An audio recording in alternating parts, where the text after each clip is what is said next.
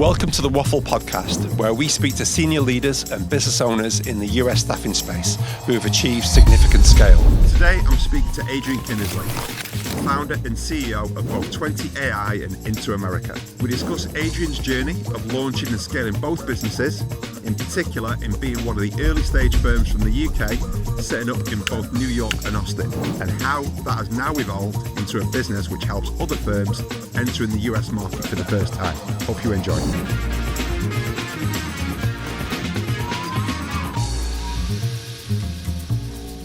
Here he is, AK. The King of Austin, and he's not let us down with his branding. So, just in case anyone was wondering, what his business is called, you're left in no doubt. If you're watching, of course. How are you, mate? I'm very well. How are you? Not bad. All is good. All is good. How's life in Austin? It's we're getting back towards 80 degrees now, so more my natural climate these days. It was a bit nippy over there for a while, wasn't it? It was pretty bad. Yeah, recently, a couple of weeks ago. We have about a week or two a year where it actually gets genuinely cold, and then we sort of spring back to normal warmth. Normal temperatures. yeah. Fair enough, mate. Well, good to see you as always, mate. So obviously great to have you on and whatnot. So obviously let's start at the beginning a little bit. I forgot you was an XS3 guy. Yeah. Briefly. Yeah. So you was at Progressive, I think, the same time as me. So when did you leave? It was in 2000. When did you start? When did you leave? I was there late 90s, 99 through to 2000. I was a year, and then that was me flamed out of S3. Right, yeah. Well, I was there. I started in April 2000. Yeah. I was up in Manchester. You was in London. Yeah, we might have just crossed over. I think it was August, summertime that I joined when I graduated. I lasted a year, and then I moved on. And incredible formative experience. But I just don't think I was emotionally ready for S3 in the 90s. It was a no holds barred environment for sure. Yeah, it's in all the good ways. Yeah, it's brilliant. A brilliant learning experience. It toughened me up tremendously. It made me realise that, frankly, that I kind of wasn't equipped for that world just yet, and I needed to go and find a softer entry to life, frankly. What team was you on? Who was your? I was. I don't want to sort of dwell on this area of your career so much, but just obviously because of the commonality. What team was you on? And I worked who was your for a chap called Jerry Rockingham in. Yeah, I know the name. I don't know him, but I know who he is. Yeah, Perm. The kind of divisional head ended up being Paul Maguire, who is probably more familiar these days. Absolutely. And there's a few folks that I still remember. I'm not sure whether they remember me because I was kind of in and out in a year. I didn't rock the world of S3. Let's put it that way. It was a slower burn for me, my trajectory in recruitment. But again, it gave you some fundamentals that you then absolutely used elsewhere. So so in your own words, tell us briefly about your journey since then, and then of course we'll hone in on the US piece and everything that you do. Well, the last piece of my experience at S3 was a little bit of fuel to the fire because the person I did my exit interview with told me that they didn't think I was cut out for recruitment. So here I am. Here I am, 25. I won't mention who that was. You can tell me afterwards. Yeah. 25 years later, I'm still figuring it out. After that, slightly non-auspicious start, I went to a company called Apex, who got acquired by Hudson, then moved to TMP as it was back then, moved to Asbury Marsden, which is where I kind of really sort of started to find my feet a little bit. Had a great journey there, joining the leadership team, executing a management buyout, and then subsequently selling my shares back to the leadership team and going off to set up 20. That was nice. 2009. And now we are in London, New York, Charlotte, and Austin. And I also have another business which is called Into America. Really? Yeah. Wow. Don't know if I've mentioned it. Which dovetails nicely into what we do at 20 and also leverages all the experiences that we've had supporting international companies with their talent, but also moving over here and expanding into the US ourselves, and tries to take all of the pain out of that process and enable people to compliantly employ people all across the US. Amazing. Well, we'll get on to that. Yep. I suppose with regards to 20, yep. Tell us a little bit more about sort of like the market position that you guys serve. The business makeup from maybe a high level point of view. You mentioned obviously all the locations that you're in, but if you can maybe just explain a little bit about the model. Of course. So we split into two main industry areas, and we have enterprise and PE-backed business and a startup and VC-backed business. In the enterprise and PE world, we cover finance, technology, transformation, change. And in the VC-backed world, we cover technology, product, and GTM. We typically operate in what we call scale-up hiring level, and that people that actually do the work. So if you're looking for kind of C-suite thinkers, we're not necessarily the place to go for. But if you're looking for the level of people that are not trainees, not necessarily C-suite, but are actually executing scale up or change for companies, that's the level that we focus on. And the current iteration of what we spend most of our time doing now is team builds. So both enterprise clients and VC-backed companies, we spend a lot of our time on large-scale projects to either scale up or completely transform companies, and typically internationally as well. So mainly spanning Europe and the US. And how do you sort of package that up? Is that based on a sort of multi-hire retain type project? Is it embedded? Is it SOW related, or how do you sort of package that? A couple of different models.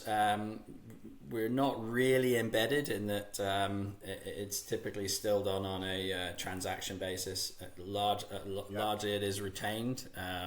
It's typically kind of a rolling retain type of model on permanent hires, and there is a significant chunk of SOW work. Within the enterprise and PE-backed clients, it tends to be a combination of perm and SOW, and with the startup and VC-backed clients, it leans more towards perm, but also part of what Into America does is when we're helping companies build out teams in the US, we also provide all of the payroll and the benefits, which creates a recurring revenue element of that solution. Nice complementary mesh. In a very David Brent kind of way. So in terms of two businesses now, sort of high level again, headcount wise, kind of where you are, and all that kind of stuff. Yeah, that's an interesting one. We're about in total in the group around about 50 at the moment, and that's split kind of 40 on 20 AI and around about 10 on Into America. There's a couple of people like me that have a remit that crosses the two, but there's also very important for a number of reasons that we have some people that are dedicated to one or the other, because there's compliance and things like that we have to adhere to for Into America. And the headcount for 20 is split pretty evenly between UK and US.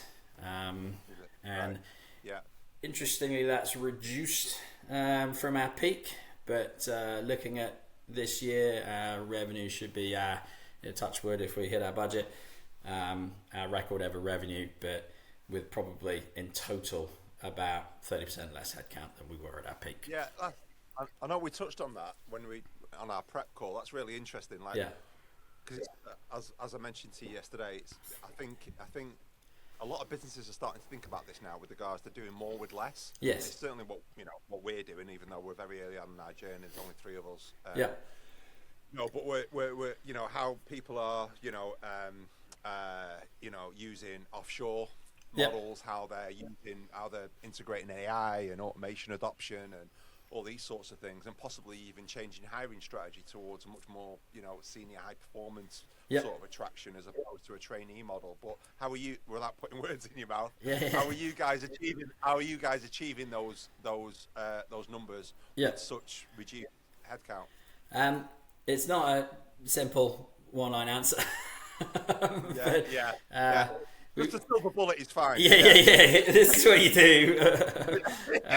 And frankly, it's been an evolutionary process, and we had shifted to a split desk model, and we then shifted back to a 360 model. But we have individuals within that who are purely focused on partnerships and client relationships. So they're the only people that don't operate in a 360 basis, but most of the consultants are now back in, most of the hierarchy within 20 is within 360. They have a vertical market, they have an industry space, and they're working with clients and candidates. What the partnerships team are doing are engaging with long-standing clients, winning new business, but through different channels rather than just outreach to BD within those clients. So we're partnering with VC firms, with PE firms, with lawyers, immigration attorneys, anyone that's serving the sectors that we operate in. So within the VC space, it's pretty defined. Within the enterprise and PE space, it's slightly different. And it's their role to really engage with that ecosystem and make sure that we're referring business to them and it's coming back our way as well. And really more and more important now is a physical presence with the client base that you're trying to serve. So running events, attending events, and doing things like this to make sure that you're within the ecosystems that you're servicing. Also, back in 2013, this is where you're either visionary or you just keep doing something long enough that it eventually comes around to be beneficial. We created a platform within our business to analyze all of our data, and that was the beginnings of our AI. Our early AI journey, which back then wasn't artificial intelligence. We were trying to use data in a better way to serve our business and analyze how people were performing and what clients were doing, and become more efficient within the business. And frankly, it's just it's now starting to get to the point with the advent of AI that's helping us tremendously become more efficient on a per head basis. And it's a combination of factors around the business model being focused more on partnerships to build teams and strategically embed within businesses to be partners for large scale projects, having a 360 model and a partnership model, and embedded technology which is helping us become more efficient. We are still hiring juniors, and we've just gone back into that with rookie hires in the UK and the US. But instead of it being a traditional pyramid like that, where you've got busloads of juniors rocking up every month and you're churning through them, it's more kind of diamond shaped now, in that to execute what we're doing, you really need experience, but you also need an organic growth capability where you're bringing people through the business and educating them. And you need people to do some hard work still, like recruitment. Whatever way you look at it, you gotta be hitting the phones and doing some work, and that's still a requirement that is a great training ground for juniors within our business. Yeah, interesting. Okay. So I suppose going back again, and maybe a little bit earlier in the journey. So you was in London, you set up from London, obviously. Yeah. When did the US start becoming a thing for you? We had pretty early on relationships from the banking world that 2009 was when we set up, so that was a pretty difficult time within financial services. For a banking recruiter, it was a really dumb time to set up a new recruitment business. And a lot of those relationships we're looking at that, there was a lot of turmoil that meant that a lot of our clients had ended up with significant presence in the US they weren't necessarily planning, like Barclays bought Lehman Brothers, for instance, and they needed help in the US, and actually it's kind of convenient because we had restrictions over clients in the UK from our previous business, but we had never really dealt with the US. Kind of just, on a need to win business in the early stages of the company, started to gravitate more towards the US, and the previous business, Asprey Mars, had been quite Asia focused, so it was Europe and Asia. We just sort of, partly because of the world, partly strategically because we had to navigate our restrictions, kind of shifted a little bit more towards the US. And that just naturally evolved from working it remotely to begin with to we opened a physical presence in 2012. And then I moved over here in 2018. So managed it remotely for a few years. Got a lot of air miles and jet lag. And then bit the bullet and moved over here myself in 2018. So this was New York. New York, yeah. That you launched. And that, talk us through that, because, I mean, obviously you was one of the early UK firms, really. Yeah. Starting to, I mean, of course, S3 had been out here a few years, and of course Michael Page and whatever. But in terms of sort of founder-led, expansion to the US, you was quite early. Yeah. Early mover on that. So just talk us through that whole thing. Why New York? I'm assuming that was probably just what you assumed was client. Best, it was maybe or landing point for you, but It was a couple of things really. One, partly client driven because again, kind of from a financial services angle, it's a no-brainer place to be. Two, frankly, naivety. Didn't really know anything about the US, and New York was obviously familiar, and seemed like a logical place to go, having done zero research into anything. And that's where everyone goes, sure. Yeah. And we had someone who wanted to be there. Those are when compared to the advice that I give people nowadays about how you plan your market entry to the US, did everything wrong. But nevertheless, probably would have still ended up with that decision. But the way we arrived there was, not necessarily strategically smart. It was kind of very different then to now in that there was very few UK recruiters in the market. There was a kind of slightly different culture back then in terms of the level of sophistication and professionalism that the client base that we were trying to deal with were experiencing, largely because they were European companies, and they weren't really on the radar of being top target clients for US recruitment businesses back then. I'm not going to say that the US market wasn't sophisticated, but our client base that we were targeting wasn't being serviced particularly well. They weren't the priority for a lot of companies. So it was kind of an interesting journey because we didn't really know anything. Even the language, everything was completely different. It was a fumble around and figure it out kind of process and strategy, in all honesty. And what was the sort of what was the hiring strategy around there? Was you sort of going at it? Was you looking to really scale this New York office at that point? Was it what was your strategy then, and who was you hiring, and but what level, and what was your strategy behind it? I mean, definitely with an intent to grow, we hired a leader for that business who, someone that I'd known in the UK and European market for a while, that happened to have a green card and wanted to go back.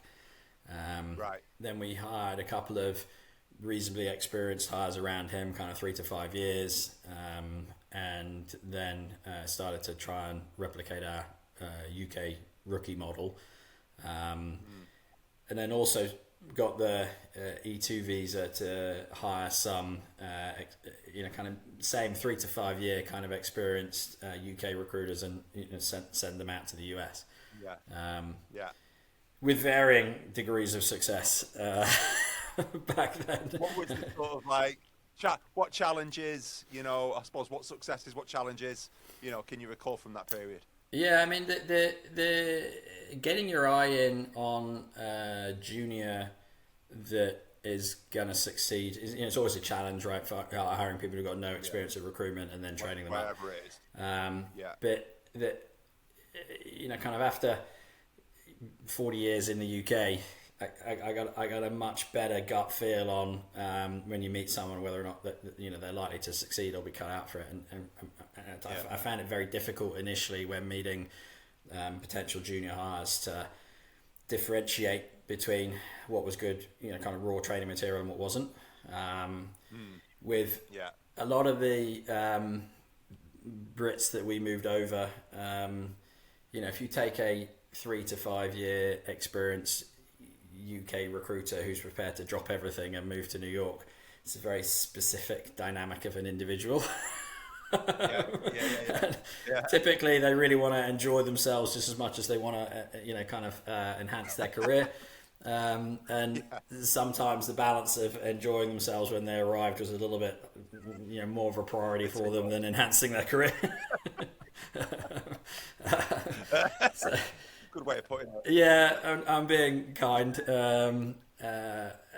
So getting that, again, figuring out what is this individual's motivation to move to the US, and are we aligned? Obviously I want people to have a good time while they're working for us, but they've also got to do some work. That'd be nice. And then also the US market, it took a long time to figure out what, if you are hiring someone from a US company, the standard kind of operating model and their methodology of doing recruitment was quite far apart from ours.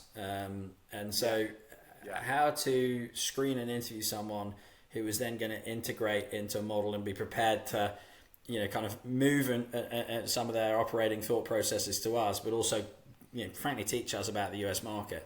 That was a hard thing to execute, and there wasn't at that point the strength and depth of other European businesses that you could go and pull people from that had years of experience. So it's trying to figure out how do you take someone who's operated in a culturally completely different business but has the knowledge that you need, and hire them and get them interested in sharing that knowledge, but also shifting their mindset and processes a little bit. It's an interesting one, isn't it? I talk about this a lot with regards to UK firms that are in the US, and then the traditional US staffing sector. And it's almost like the two markets out here. And the two don't really come together so much. No. UK firms that are in the US like to pull people from other UK firms that are in the US that work in a very similar way as to what they do. And of course, as we know, the US model is very different traditionally. There isn't as many full desk firms or people working in a full desk environment. They're generally comped a little higher on base, less on commission, and they don't seem to mesh too great. So it's an interesting one. A lot of people, the talent pool of what they're looking for compared to the actual size of market out here, is actually very shallow. I completely agree. You expect that there's going to be strength and depth, and then when you get here, it's really not quite what you expect. And we've now shifted back to, I'm very open and interested in UK recruiters that want to move out. And then using the junior talent to train them up. That's been, kind of, if you look at the journey that we've had, that's arguably the most successful model that we've got. Or now you can pick up Americans that have been in a British style recruitment company for 3 to 5 years or whatever and learned that methodology. There also wasn't really any rec to recs when I moved out here, focused on the US market. So that was another weird. You arrive and you're like, okay, well, let's hit up some rec to recs and get some pipeline going, and then you're like, oh, there isn't any. Now, very different scenario. You've got awesome rec to recs now in the US, but there's one.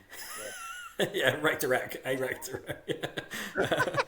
Well, there's one that owns the market.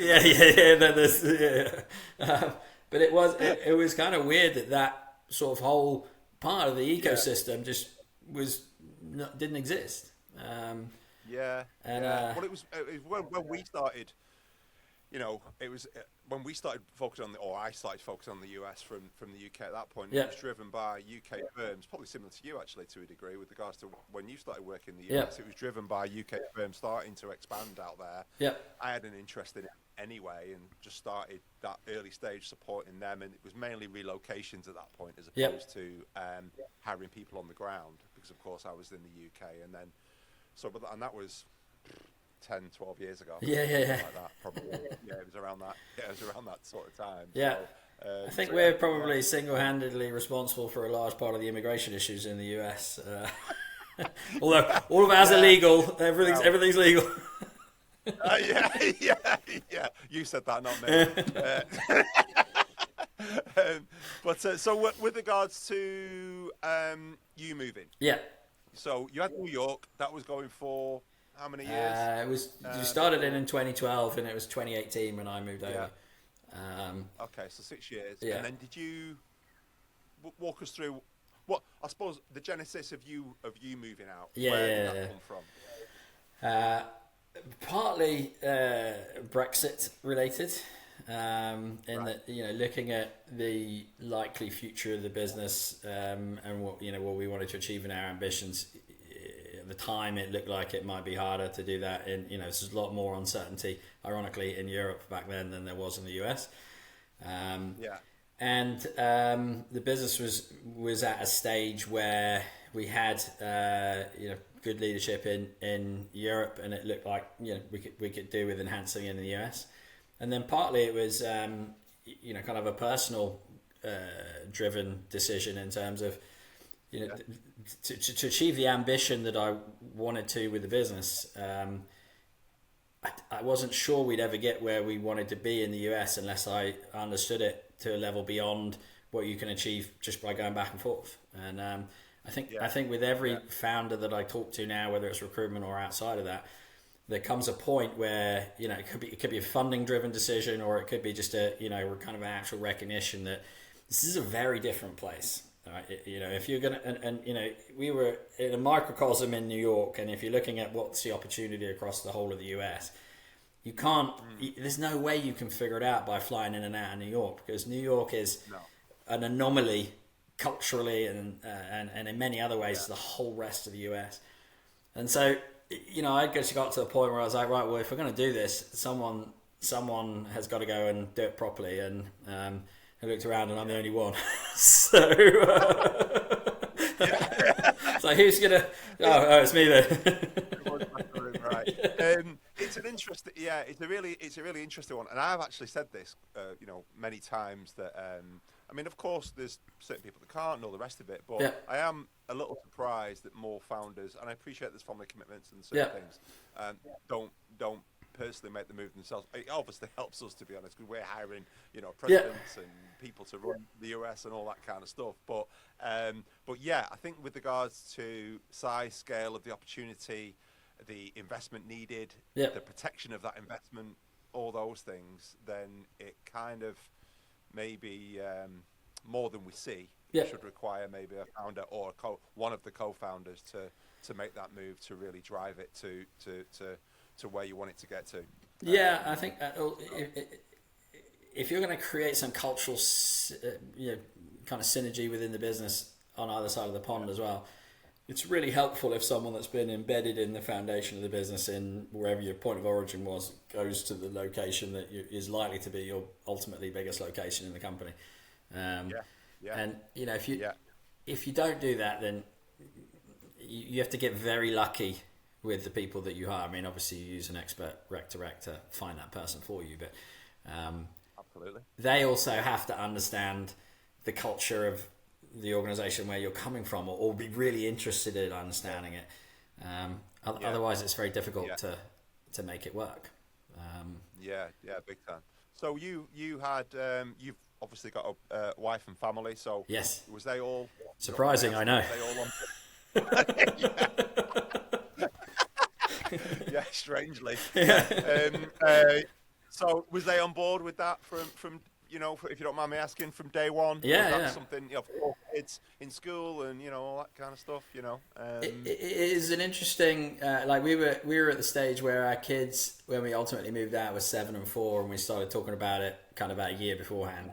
And I came home from a board meeting, and we were in central London at that point, living in Clapham, and we're looking at moving out of town a little bit, because bringing kids up in central London wasn't part of our plan. Neither my wife or I are city kids, really. We're country bumpkins, and just the kids were getting to the age where we're like, okay, we probably need to think about moving out of central London somewhere. And so I came home from a board meeting and said, well, how about we move to Texas, which wasn't on the bingo card, frankly, until that point.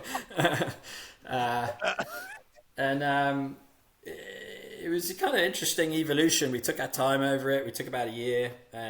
We came out here as a family on vacation, and there's the American holiday.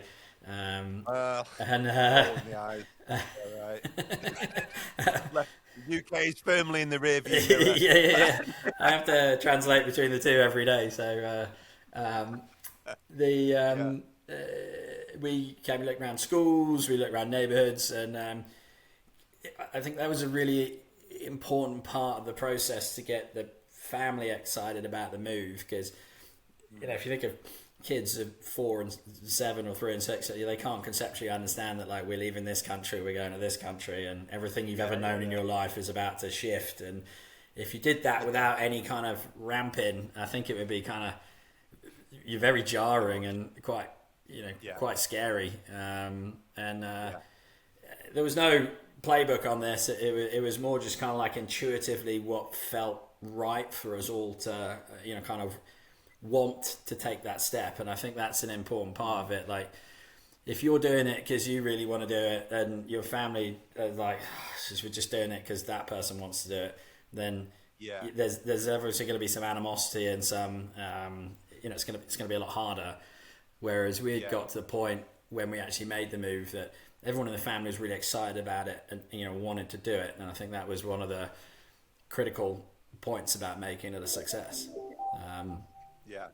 And we also set it up so I zoned in on Austin as the place that strategically for the business I thought was a good spot. And then my wife and kids, when we came to look at school districts and things like that, they chose where we lived. So I thought that was a reasonable compromise. If I'm shifting them across the other side of the planet, they can at least choose where they live. Yeah, fair enough. Yeah. If I gave my wife that choice, unfortunately, I'd be broke pretty quick. Yeah. There was budget restrictions, but right. There was some parameters. Yeah, right. So in terms of Austin, then, so this was 2016, did you say? Sorry, 2018, yeah. 2018, right? Okay. Yeah. So obviously Austin now is the go-to for British recruitment businesses and everything else, but. I mean, again, you was obviously one of the first to, again, UK, transplants into New York, and you presumably was one of the few UK firms that were in Austin or even looked at Austin as a potential location. So Austin was driven, I think you mentioned there, a little bit by client activity and kind of Texas being a market for you, but then of course it worked for you. Personally, family-wise, and everything else. But can you talk a little bit about why Austin particularly, and the makeup of the market there at that point? Yeah, so because we already had a presence in New York, and this was pre-COVID, and the goal of me moving out here was to look at expanding our business beyond just New York as a location and trying to look at broader across the US. I did a lot of research on where is there a good recruitment market, and if you analyze the US, then the 3 biggest states in terms of revenue for recruitment are New York, California, and Texas. Obviously, we already had a presence in New York. California is just a little bit too far time zone wise to keep any kind of presence with the UK and Europe, and given that a lot of the part of the strategy we're trying to execute was helping European and US interaction. It just didn't logically make sense. So that left Texas. And then if you look at places to be in Texas as a Brit, at the time, and I feel very differently about this now, but the three main cities that people look at are Dallas, Houston, and Austin. I think at the time, culturally, Austin just felt like a much more comfortable landing spot for us as a family. My logic was also it was midway between Dallas and Houston, so you could easily bounce around, but it turns out that's a really painful drive. I wouldn't recommend doing that on a regular basis. It's a long way. And not for, folks out here will knock out a 4-hour drive without even thinking about it, but, that's it's a nightmare. Yeah, I mean, look, we've got another place up in Bradenton on the other side of Florida, and it's a 4-hour drive. Yeah, I think it's a nightmare. Yeah. Where obviously 4 hours is nothing to. It's car. It's the most Americans. What it is interesting though in Austin is it's pretty much 4 hours or less anywhere on a flight in the whole of the US. So there was another point for me because. To be where you could cross over with Europe, but you could also reach the whole of the US. And obviously, if you can think back pre-COVID and before we did this all day long, actually going to meet people was, an important part of the job. Yeah. And so also there's no corporation or income tax, which is another, kind of factor. And the weather's nice. Yeah.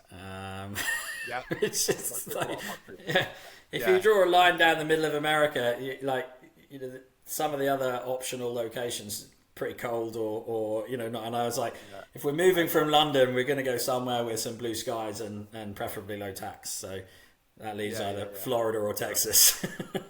Yeah, 100%. So what was I suppose, we know the situation with Austin now. I mean, every British recruitment business that wants to set up in the US, or maybe is in another location like New York, wants to set up a secondary location. Yeah. More often than not going to be Austin these days. How have you seen that market, I suppose, from a hiring perspective with regards to, how have you seen that evolve and change and so on? In your opinion. It's interesting in that there's not, again, like when we talked about New York, there's not really a developed infrastructure here of similar types of recruitment companies. There certainly wasn't when I joined, and now when I moved rather, and now there's mostly in their early stages, there's not really here even a large scale US market because Austin is effectively a relatively small city. I think we're 1.5 to 2 million people these days, depending on what you include in the metroplex. But it wasn't that when I moved out here, it was just north of 1 million. So growth has been pretty spectacular in that time frame. But the large scale Texas-based recruiters are in Dallas or Houston predominantly. So there's not really a market to pull talent from. So then you've got to organically grow it, or you got to get international talent to move over.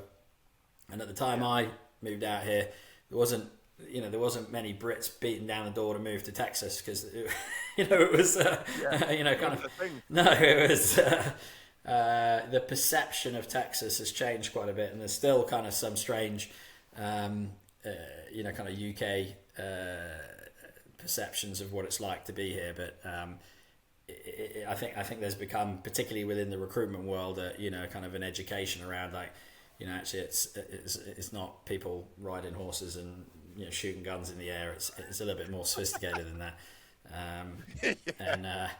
It's actually a really nice place to live, and I think that's the driver really. In that, if you're looking at it as dropping yourself, like if you choose New York, you're dropping yourself into a massive market where you can walk to every client, and there's multinational companies that you can knock on the door of, as well as small scale businesses, and that it's very similar to London in that respect, like London on steroids. If you come to Austin, it's more equivalent of like opening an office in Bristol or something like that. It's it's a smaller hub. Still got city life, but it's a very different pace, and you can use it as a jumping off point. But it's unlikely that you're going to end up with the vast majority of your business in Austin, which we have barely any. And just going back again, I suppose, for when you made the move and the transition. Yeah. Again, because of course, founder, bringing the family over, all that sort of thing. How was that transition for the first, 12 months? 2 years? On a personal level, it was really smooth. Kids went straight into school. My wife was incredible at getting everything set up and helping us embed into the community. And she now works for the school district. I think the prep work that went into that made that transition, kind of better than we could have expected. Getting a dog helped as well, because my daughter had been banging on about getting a dog for years, and finally we got one, so she was kind of like happy about that. Helping with the game changer for us. Helping with the transition. Helping with the transition, funnily enough, have been a game changer for us. We got Frank within a couple of months of being here, so Also, you go walk the dog and people come up and chat with you, and around the neighborhood and things. True. Most people in my neighborhood know me as Mabel's dad, so because they know the dog's name but not mine. Walk around the neighborhood. They know Frank's name, but they don't know. Right. People stop their car and go, "Hi, Mabel's dad." And I'm like, "Hello." But it makes a big difference. So okay. Business transition though. Business transition, I was already kind of working. My in the UK, my mornings were European focused. My afternoons were US focused. And so that didn't really shift. But I found it, and this is an ongoing battle to keep cultural finger on the pulse of performance and mood and the intangibles that you get from all being in the same office. It's very difficult to have that same grip on the business that you would have done if you were all in one location. Right. And I still go through that evolution. We've got a very good understanding with our now European CEO, because we worked together for years, and he joined us about 18 months ago now. And I think the fact that we our formative years where we really started to gain ground in recruitment, we're in the same place, and we know each other for like 20 years. There's a kind of intrinsic kind of communication and understanding that would be very difficult otherwise. And some of the folks in our New York office and Charlotte office I've worked with for years as well, and Todd in New York was trained in London and moved over. He's been with us 10 years. So but to get that, it's taken a long time, and I still feel that's still a challenge to be that disconnected. And communication tools like this and Teams and things like that have improved it, but I think that's something that founders got to be aware of. Once you leave the mothership, then just things start to get missed. It just depends on, I suppose, the strength of leadership team, how great they are in the business, how long you've worked with them. Do you talk the same? Have you been there? I've worked together for 7 years. You mesh very well together, and it's in completely safe hands. As opposed to just elevating someone, promoting them quickly, and then making them. You know what I mean? You need to have gone through that process and journey for quite some time to make sure that it's okay. And to be other side of the Atlantic and 6 hours time difference away. That's something that I think is an intangible that you don't know till you do it, and then you have to continue to work at it. I wish I could give again a silver bullet answer for that one, but I don't have one. It's an ongoing evolution. What would you say from that period, maybe the first couple of years being in Austin? What would you maybe change, or I suppose if you was to give advice from that period, what sort of advice would you give maybe to watch out for, or turn the clock back? What would you do differently? I mean, it's kind of so much has changed in the world since I moved out here. Like I felt like when we moved out, and then about 12 months in, I was like, right, I got this now. Things are rocking and rolling. What could possibly go wrong? COVID, pretty significant. And then that pretty much changed everything. And then you have the whipsaw of everything. The world's going to come to an end, and how do you run a business in COVID? To the market's gone nuts that we operate in, and kind of it's raining fees. To then actually no one's hiring, and AI's changing everything again. So I'm really not sure that a lot of the things that I experienced then, that I then got to grips with and felt were going well, kind of everything's changed again. So if I was to move now, I'm not sure the things I did would work now, and you'd have to do it completely differently. And I think we're just at the stage now where we've refound our footing of kind of post COVID even. What's the operating model? What's hybrid in office, out of office?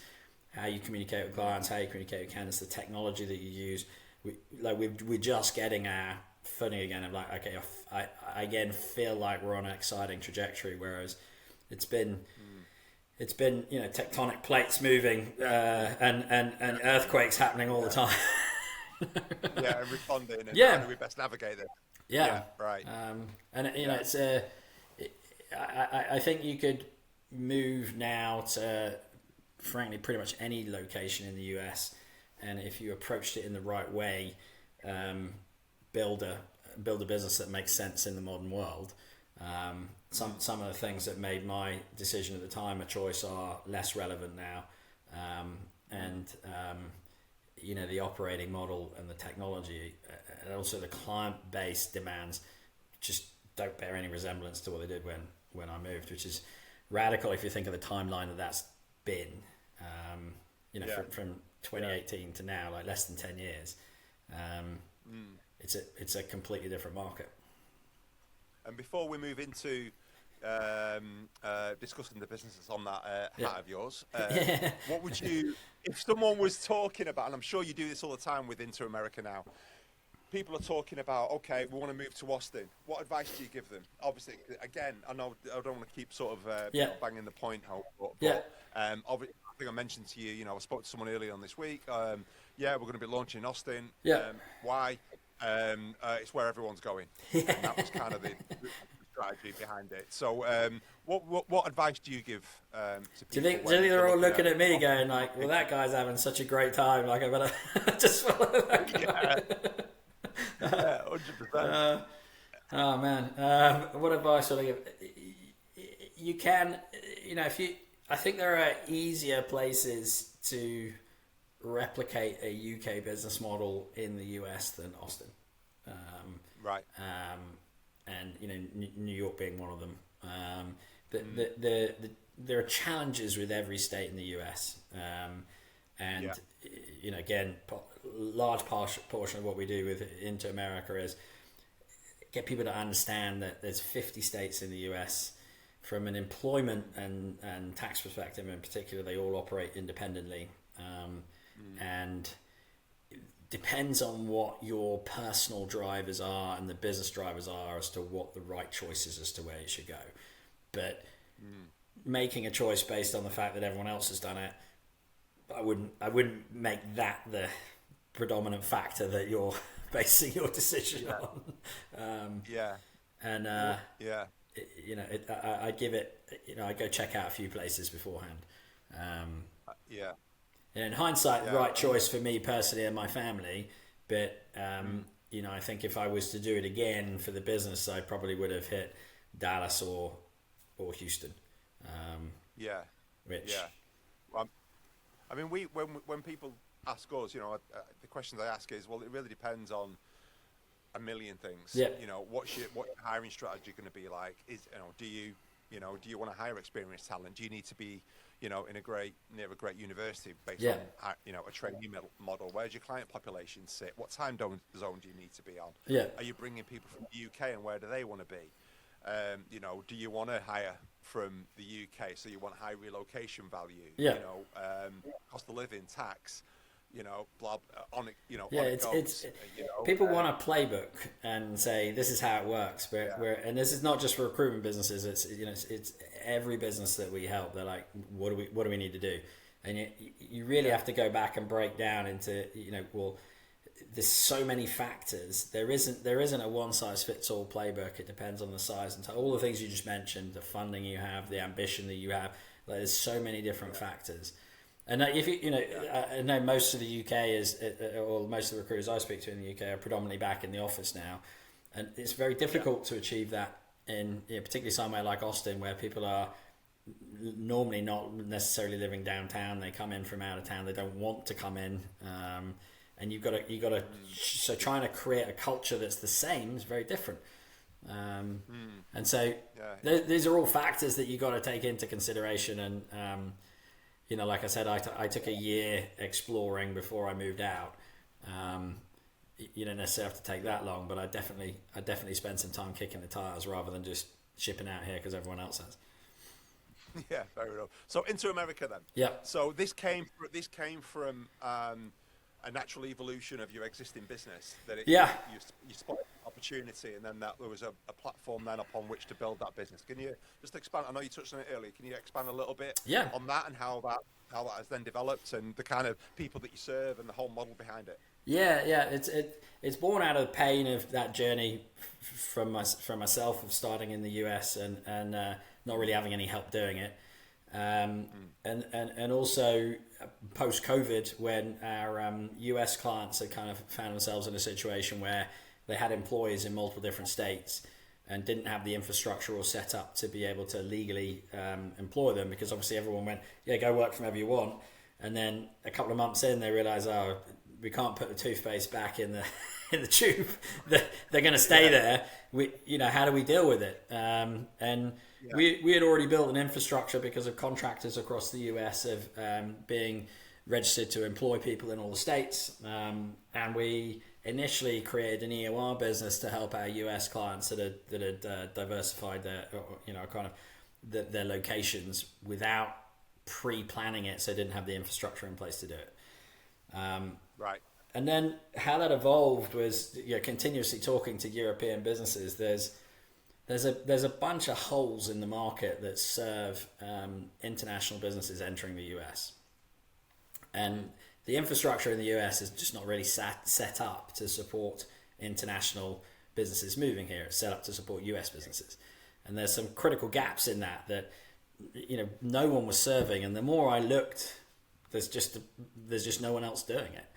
And so what we built is a company that enables you from your first hire in the US to have access to corporate level benefits, to fully customize those benefits to what was within the budget of the company, to have fully outsourced HR, payroll down to the zip code that the individual lives in, taxed correctly.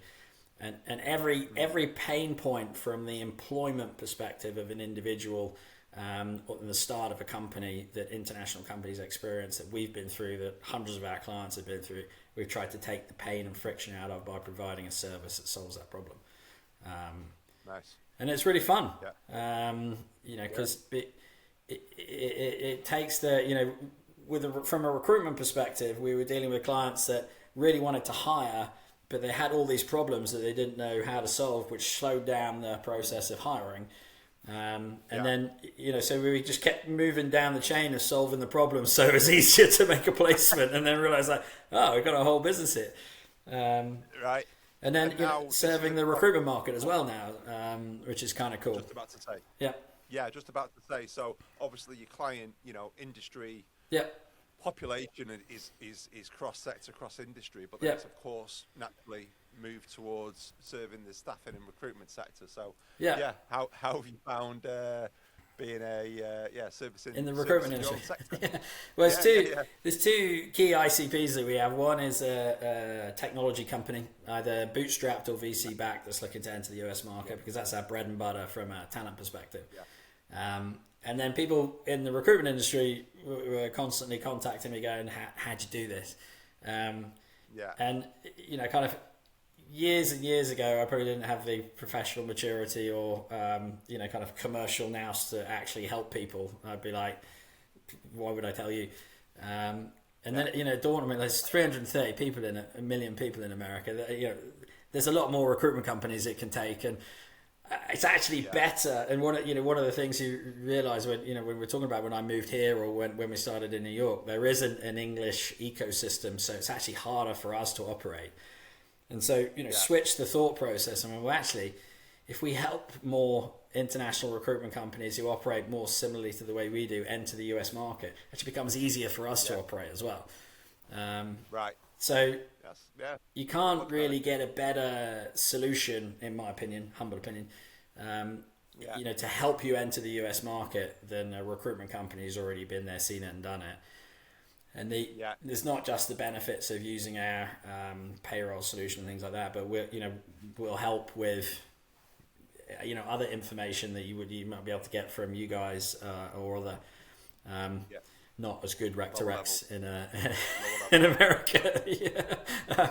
But it's hard to get that information from non-biased source. And I'm very happy to help people on that journey, and it's not just the commercial aspects of the journey, it's the personal aspects. Like there was a recruiter that I was talking to earlier this week that we've helped their company set up, and they called me and went, how the hell do I lease a car in America with no credit rating? And stuff like that where'd you go to get that information? You can't get it on the internet, so, or AI doesn't answer those questions. So those are the things that we can help with. And how have you found the difference of dealing with recruitment businesses versus have you enjoyed that? You've enjoyed that process? Yeah. Obviously, I suppose you're speaking to peers. It's the same as us. Yeah. You're speaking to peers. You're speaking to people in the same as you, sort of thing. But I suppose it's more, like you say, it's almost consultancy to people that are like peers to you. I suppose at the end of the day, it's a much easier. 100%. I mean, there's always been a perception in the UK that people who set up recruitment businesses are somehow kind of like second tier citizens to people who set up any other types of business, which is bonkers in many respects. Because I've always felt like there's nothing that we're doing that's any different to someone who's starting up a tech company or any other type of business. If you're prepared to take that step to start up a business, funded, bootstrapped, or whatever it is, then you're someone who, in my opinion, I want to help. Particularly if you've got the ambition to come over here. And there's no difference talking to a founder of a recruitment business or a founder of a VC-backed tech company, or we've got clients that are electronic motorcycle business called Maving, which is a really cool company that we helped launch in the US, and plastics, a company that recovers ocean plastics and makes water bottles out of them. Really cool companies. But every founder or owner of a business has this exact same pain. It doesn't matter. So I'm not digging into like what's the strategy of your recruitment business. It's more like how can we help you to get here and take away the pain that enables you to execute whatever that strategy is really well. And there's plenty of room here for a few more recruitment businesses. So it's really cool.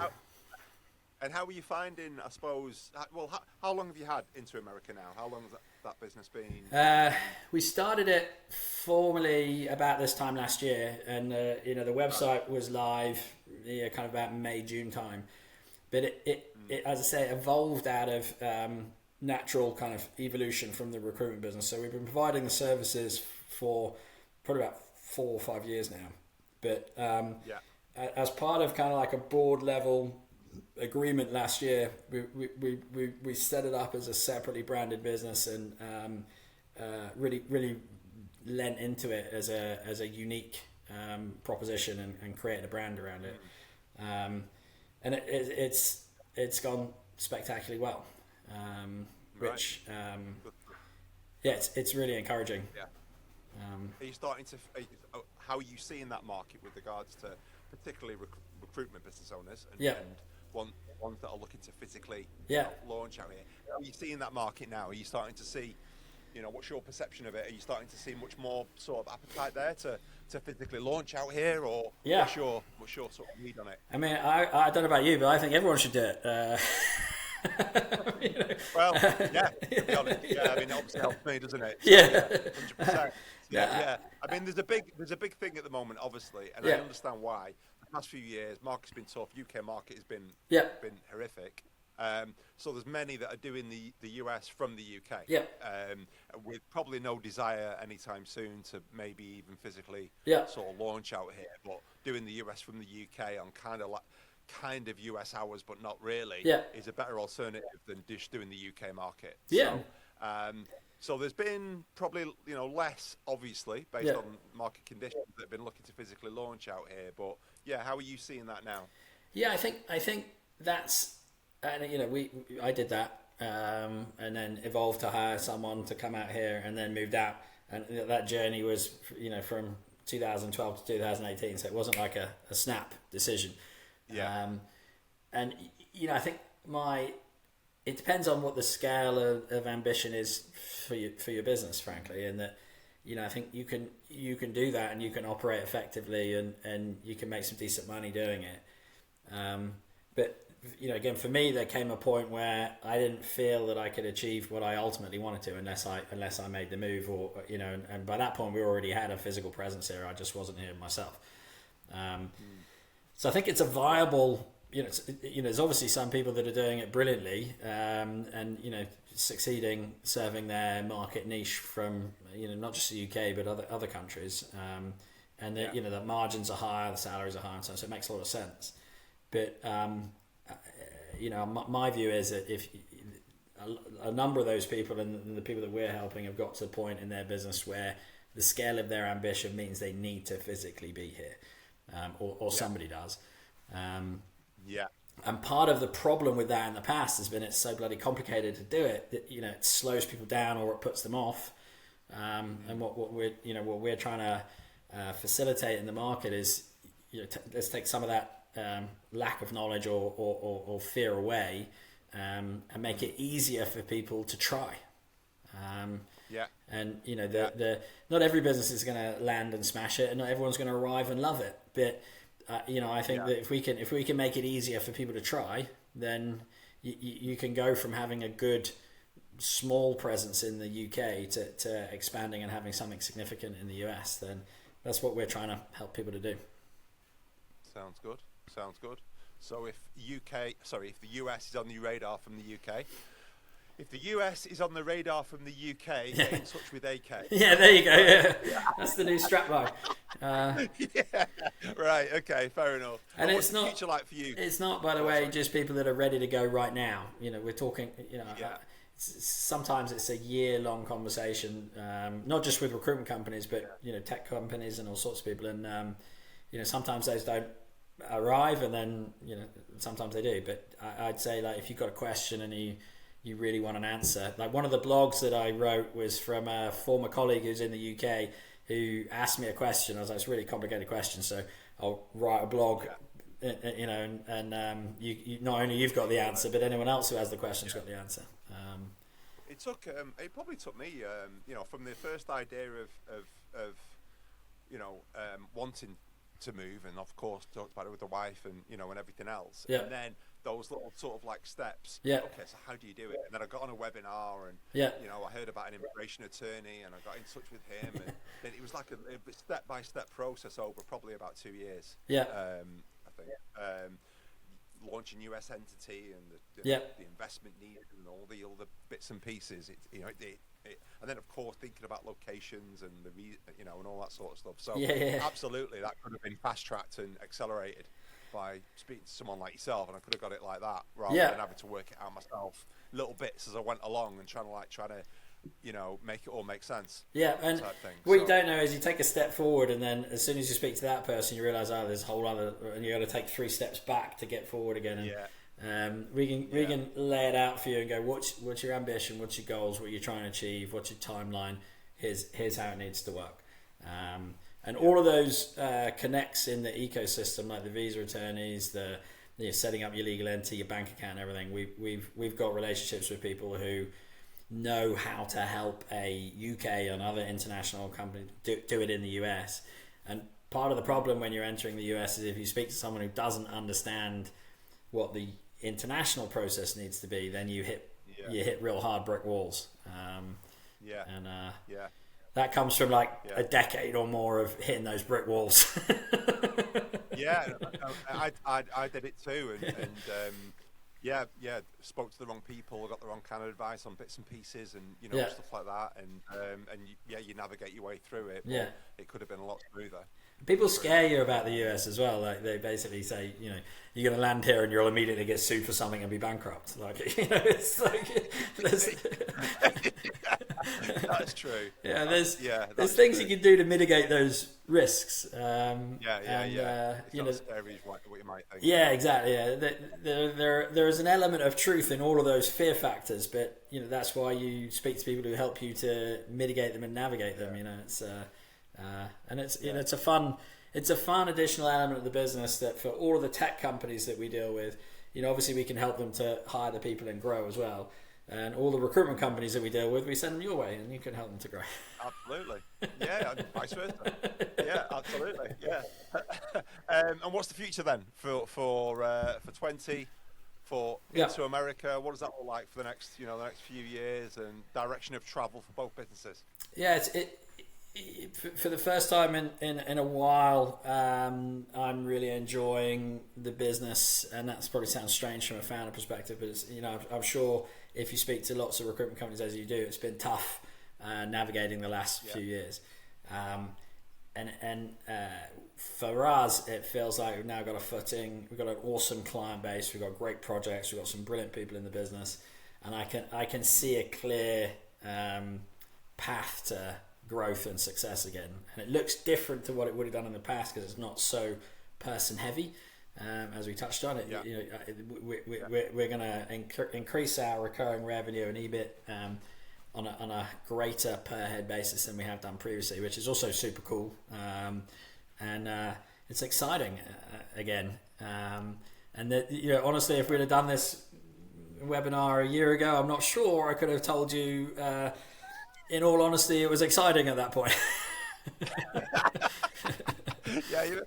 It's okay. Getting through it.